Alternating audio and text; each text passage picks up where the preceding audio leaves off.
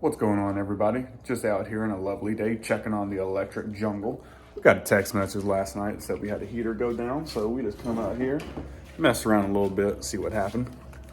200-watt heater, dead.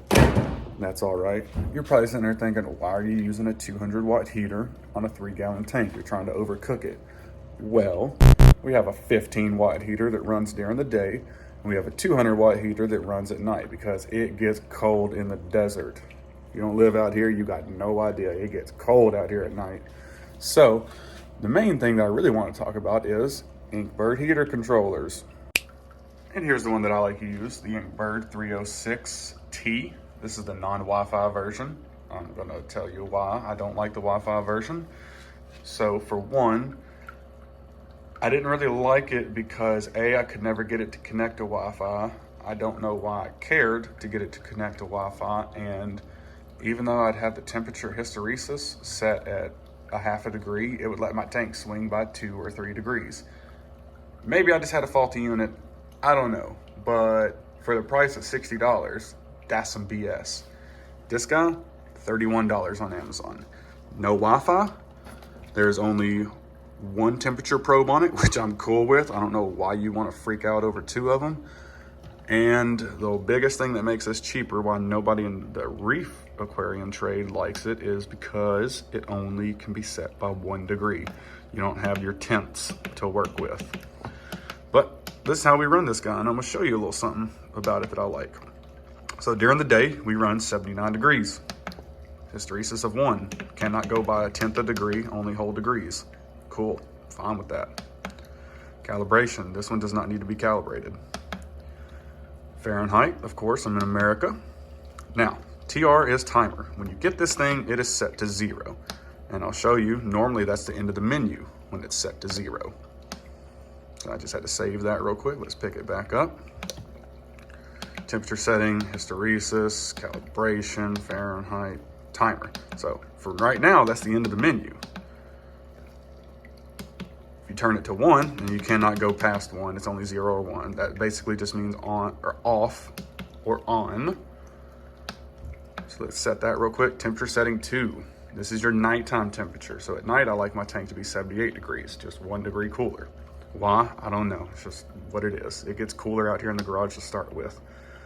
Oh, let me go back. 1. There we go.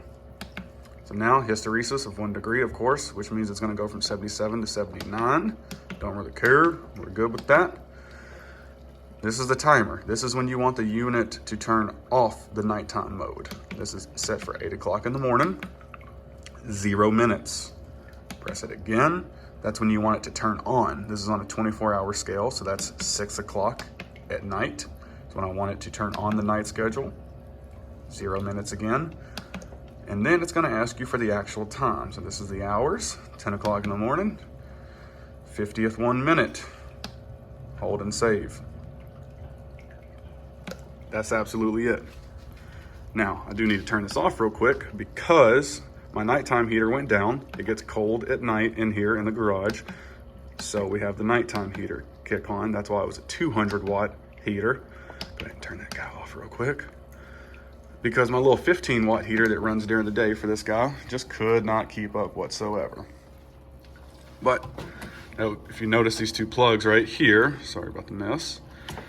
Your top one is your daytime, the bottom one is your nighttime. You can plug 2 heaters in this guy and not use the nighttime mode. This bottom one's not gonna work. It's not going to. You have to split off of this top one. So that's why I use the nighttime mode. You get the advantage of 2 heaters, and you can change the degrees if you want to. I mean, nobody really cares to, but the ocean does fluctuate in temperature, so it's another reason why I'm like, okay, y'all, let my tank run a degree or 2 cooler at night, and I don't really care about having a hysteresis that's a 1/10 of a degree. Like, it's whatever.